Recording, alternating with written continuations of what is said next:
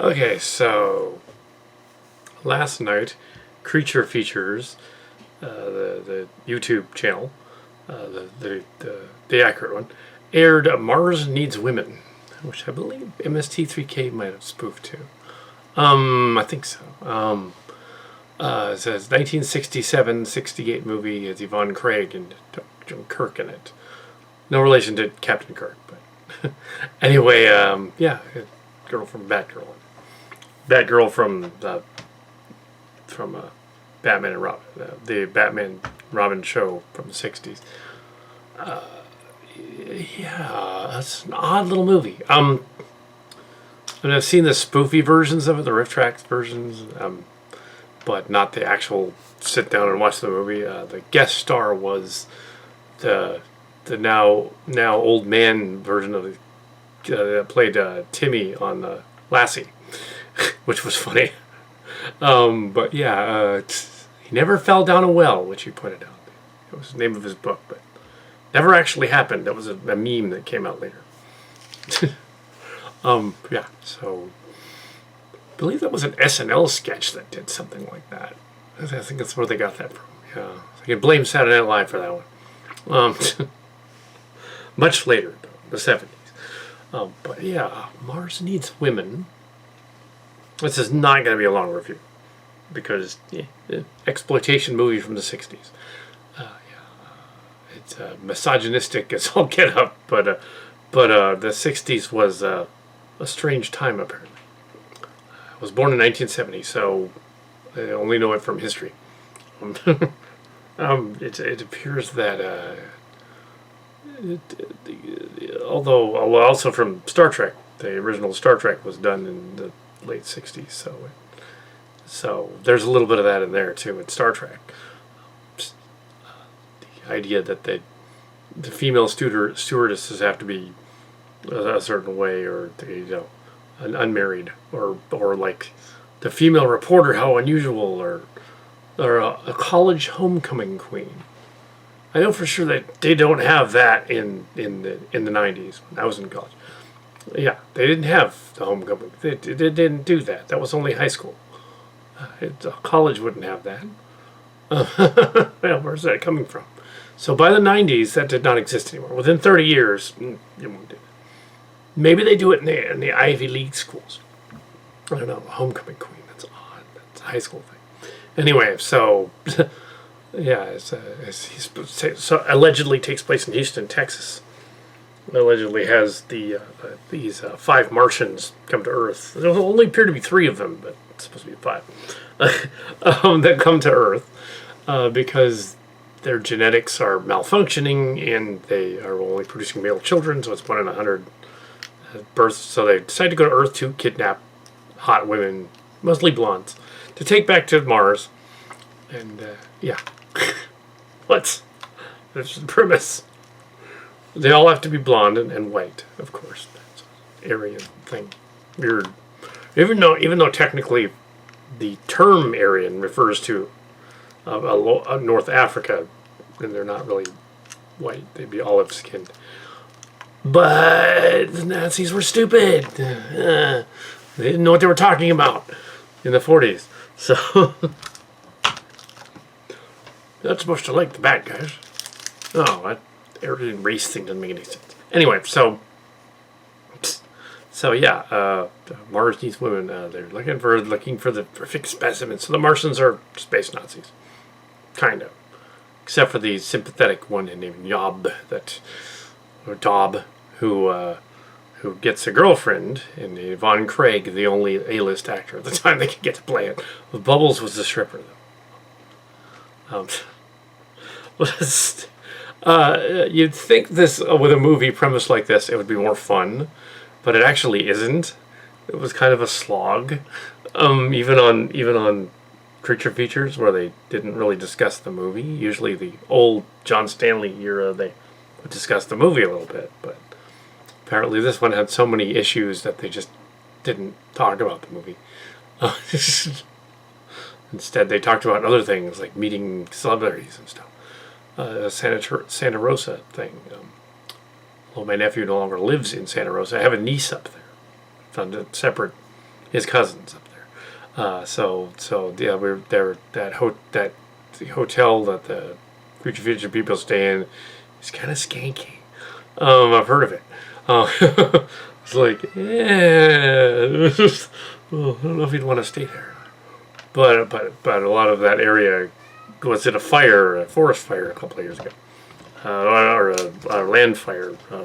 Yeah, brush fire.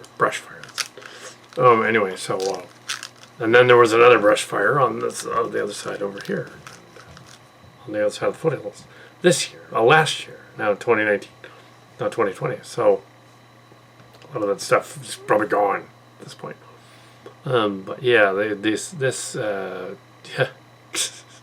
This movie is so on the cheap that they had stock footage of planes landing and flying and taking off, and then not only dubbed over voices, but over a loudspeaker for a good 10 minutes of the beginning of the movie. This loudspeaker, a shot of a loudspeaker and a noise coming out. Like, they couldn't get an actor to say any of those lines and make it look more interesting. Wow. They go to a planetarium at one point. The Peanut Gallery shows up. And they go to that guy in Yvonne Craig, the Martian, go to the Peanut Gallery. There's a hypnotizing scene that's rather homoerotic, but they didn't realize it. But it totally is. It's like, you will not remember being hypnotized. I was like, oh, you're a man, human, handsome. It's like, okay. They didn't realize how messed up that was a funny scene. But yes, so I wonder what else he hypnotized him to. Anyways. Yeah, they go to the planetarium, talking about Mars. They mentioned the sleepers. There's a couple other articles on it. God. They go to Mars, the planetarium breaks. There's the peanut gallery. There are kids there, basically. It's an old howdy-doody term for children making noise in the studio audience. Apparently this thing aired on TV, but never aired anywhere in theaters, or at least not very much in theaters. I remember the black and white. This was not I don't know if this was the colorized version, but hopefully they colorized it. Yeah, it kind of looked it. Yeah. Maybe they found a color print of it. I don't know. But yeah, black and white TV back then. But yeah, seeing it in color was a little weird. But yeah, that's why it looks a little whitewashed, because you have the colorized version. Yeah, the Ted Turner colorized version. I assume that, yeah. I don't think they had the budget for anything beyond that. So, yeah, everything looked a little weird. If there was actually a colored print, it was a fairly good color print. But I think it might have been colorized. The aspect ratio appeared to be per 16 millimeter blown up. So it had the bars on either side. So it was probably a 16 millimeter reprint. It was a good copy. It didn't have a lot of noise and grain in it. But that they used for creature features to put it on a TV screen. But yeah, but it was on YouTube, so it didn't matter. It could have been 6:9. It would have worked. But yeah, yeah. Also, some of the science, of course, is silly. We hadn't sent any Mariner probes to Mars yet. We hadn't sent Viking and Mariners in it. We hadn't sent probes to Mars yet. So in the story, Mars and the canals is mentioned during the planetarium scene. And the guy goes into elaborate detail about the canal thing. And making one wonder, what is the guy a Martian? Immediately. There's a Martian hysteria thing. They mentioned the reporter scientist lady mentions the sleep freeze thing as if she too is a Martian and knows all about like suspended animation and stuff, which doesn't make any sense. Then they raise the Martians have landed in an ice factory. They have the ship in there, and they have chemicals in the ice factory. Because I'll explain that off to the side. Because abandoned ice factories always have stuff lying around. they can help feed the Martians somehow. It's that doesn't make sense. It's silly. It's probably not supposed to. Oh yeah. When the first probes landed on Mars in the early 70s, they found it completely dry and barren and cold. There's no one ever there. There were no canales. There was a face on Mars, allegedly. But about 15 years later, they sent other probes there and discovered that was just sun tricking the light onto this mountainside. It was higher resolution picture of it, just like a mountain with like a point in the middle, like vaguely a nose, I guess, if you were really like looking to the side, but it really did not look like anything when they saw it high def. Really, really didn't. Oh no, there's totally forests and canals there and everything. Martian was Martian bacteria from that rock thing, but yeah, and saline water, but no humanoids with needing Martian women. Well, it was probably not meant to be anything other than an odd. Yeah, it just it wasn't as much fun as it got out to be. I guess, well, if it aired on TV, it couldn't be like raunchy or anything because it was on television. But yeah, I wasn't expecting that. I was just expecting like at least them to be taking the campiest and not making it serious. They were trying to be serious, and it was even all the more ridiculous because they were trying to make it serious. They needed to just go with the and this is 60s weird 60s sensibility of how people were done, and not that great. It's just a cult classic, but it's Valley of the Dolls. So,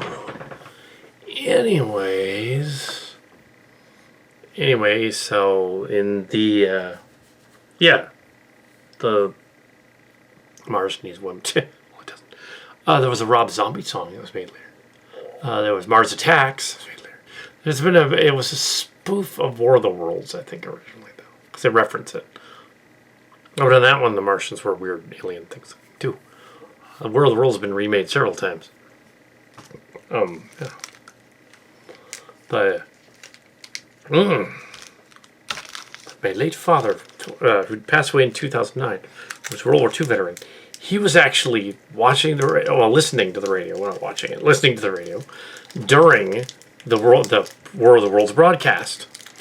He was actually one of those people that was there listening to it, being extremely analytical and and future engineering type, watching it, going like, okay, this is fiction. Yeah, it's a made-up radio show. He was not freaked out. Everyone else was. He's just sitting there going, like, oh, come on. Space Martian. And sure enough, it was a radio show, radio drama. Now, if Buck Rogers had showed up, that would have, then he would have believed it. Buck Rogers, yeah.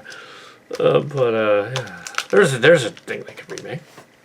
Anyway, so that was my review of Mars Needs Women, which I thought would be a lot more fun and wasn't.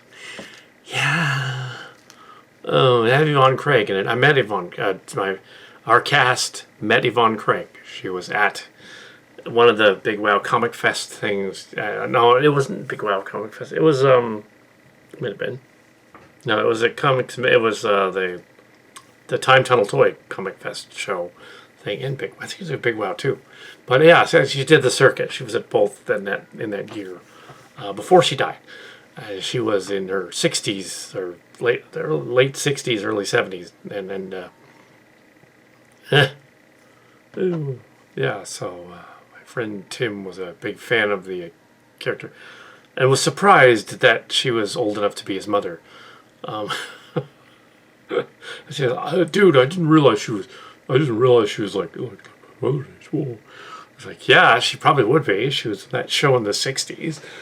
It was like 2000 and what was it, 2015 or something like that, 14 or 15, maybe earlier, 2013 probably.